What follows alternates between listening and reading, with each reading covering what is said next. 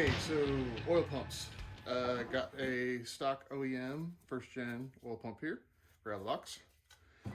And we're going to convert this over to TT. But I'm going to go over a few other things as far as checking gears, sealing the housing, stuff like that. The gear portion will also pertain to those wanting to swap over for billet gears too. But as far as converting these NA pumps over to TT, all we need to do is swap over the spring.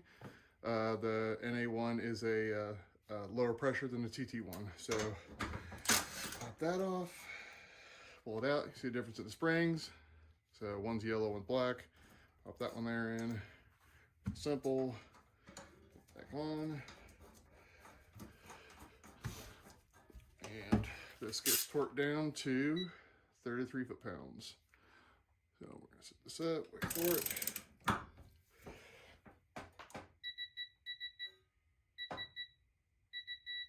Good.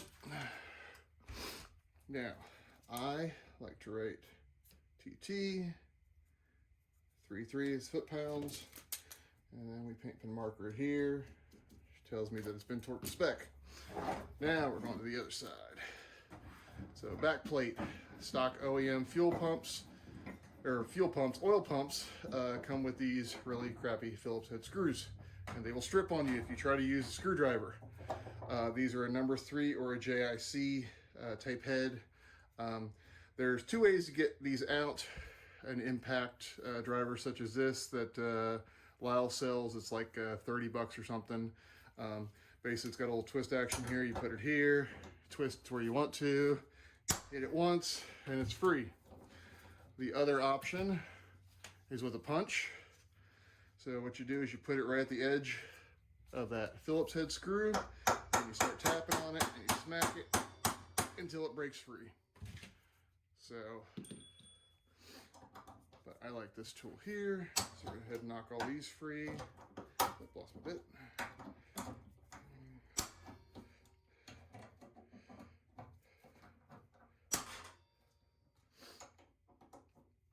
Hopefully the camera's not shaking too much. Some of these have already loosened up because I was working on this pump earlier before I decided to start the video on it. So we'll go from there. Oops, that's the wrong screwdriver. These loose, pop all these out, and we're not going to be reusing them. You may, I'm not. I hate these things. If I ever have to get back into it again, I like to be able to take them off without stripping the heads off them. I'll be swapping them out for some of these here, which are a Allen head. You can get these from McMaster, Amazon, whatever. It's an M6 by 14 millimeters. Don't get the 16 millimeters, are too long. The OEM ones, compare the OEM to that. You can see the OEM one has a tip on the end of it. The other ones you won't. No reason why that's there. No clue, but these work just fine. I'm using them for years. Okay, so back plate's off. We got the gear here. I'm gonna spin it, make sure it looks free. One thing to note, I am finding some of these stock pumps coming with some surface rust on the gears because they ship these things dry. Yeah, there's no oil, there's no assembly lube, there's no grease, there's no nothing in it. So it is good to, if you do buy a new pump, open it up, take a look at it, make sure the gears aren't rusted solid. They've probably been sitting on the shelf for 30 years. So first thing, I like to line the arrow up, and we're looking down here. We're going to take the two basically tips from the gear, line them up. We're going to so it's feeler gauge. I basically just have the common sizes out that I know I'll be using.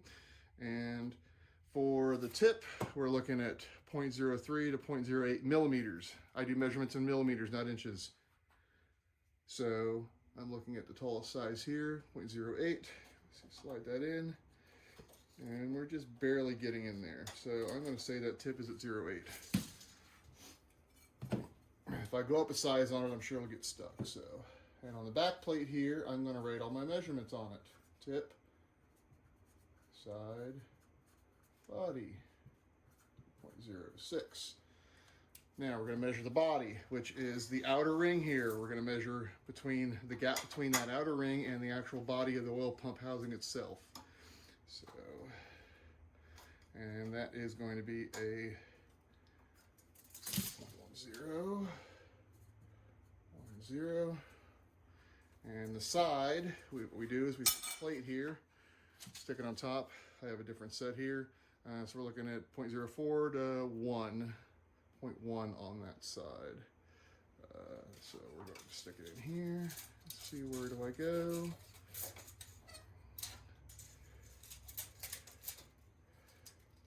Okay, that's a 0.04.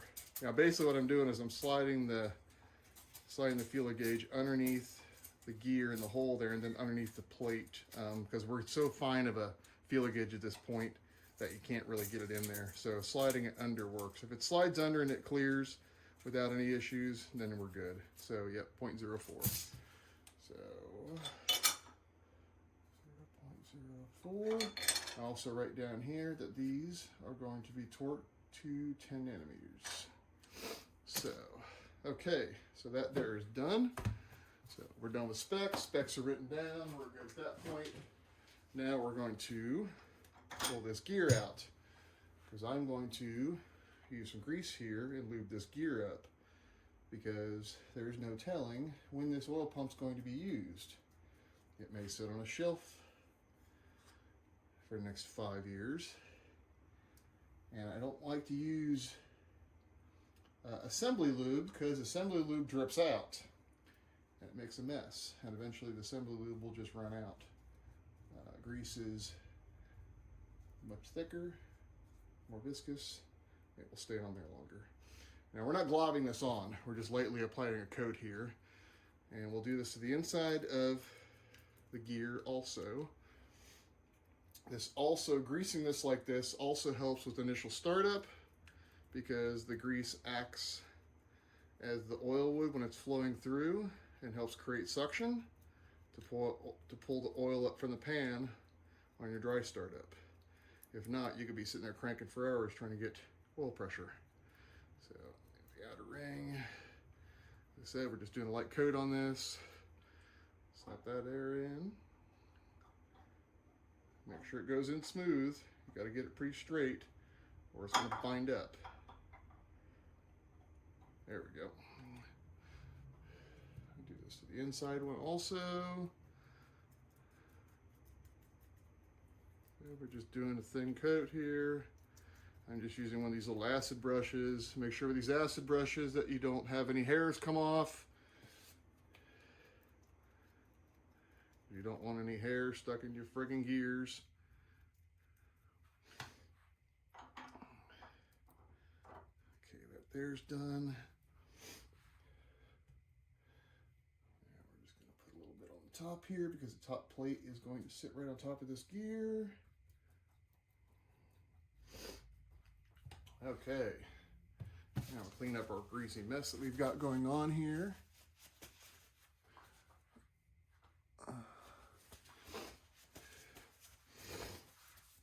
Now at this point, since we've got grease all over the friggin' place, we need to do some cleanup.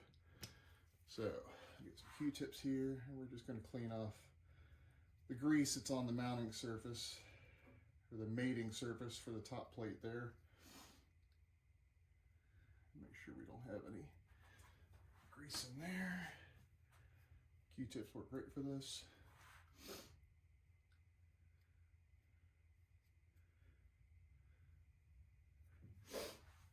And I also use a little just regular isopropyl alcohol, clean the mounting surface up, because we're going to use some anaerobic sealant on that plate on this mounting surface here.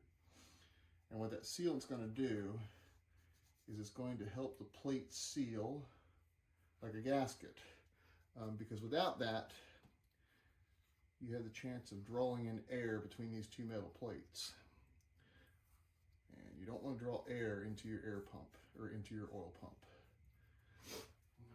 It's just more of a safety concern down the road. So yeah, so Permatex high temp anaerobic flange sealant. This stuff only seals or only dries when it's not in contact with oxygen.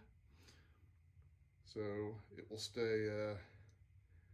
stay wet until it's actually out of oxygen, and then it will finally dry up.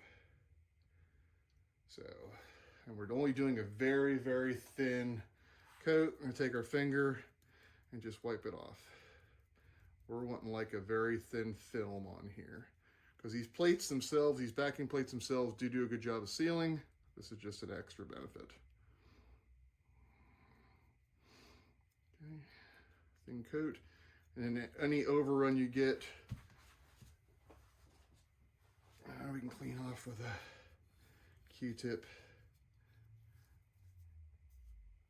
Anything that gets missed or squeezes out on the inside of the pump will just mix with the oil and be so diluted that it won't do anything.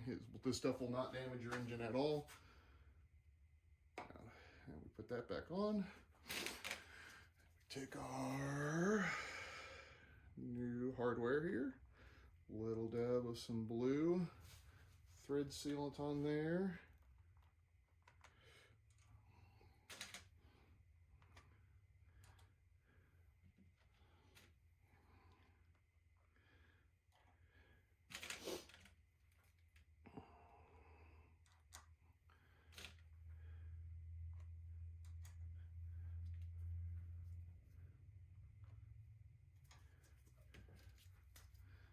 And we're going to take things down a little bit, get it started.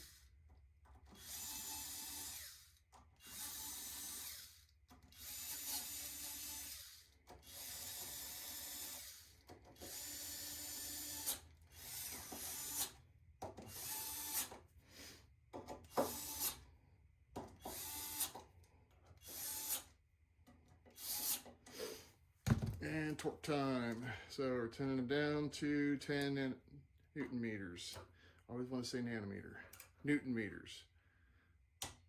Good. Good.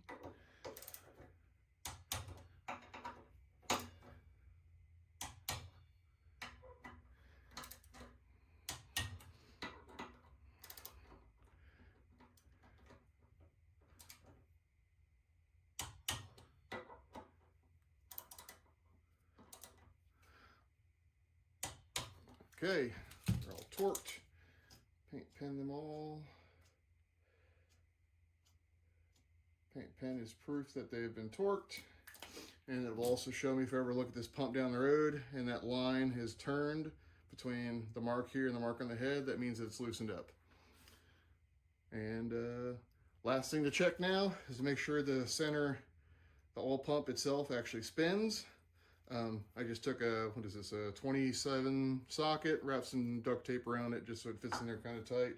Stick it in there and turn. And you probably can't hear it, but you'll hear a little bit of suction coming out from one of the ports over here. And that means we got good suction on the pump and she's ready to go. So that's it. Same process goes for billet pumps. Or billet gears. So if you're going to swap in billet gears, follow the same process. Do the same thing with the billet gears, and you'll be good to go.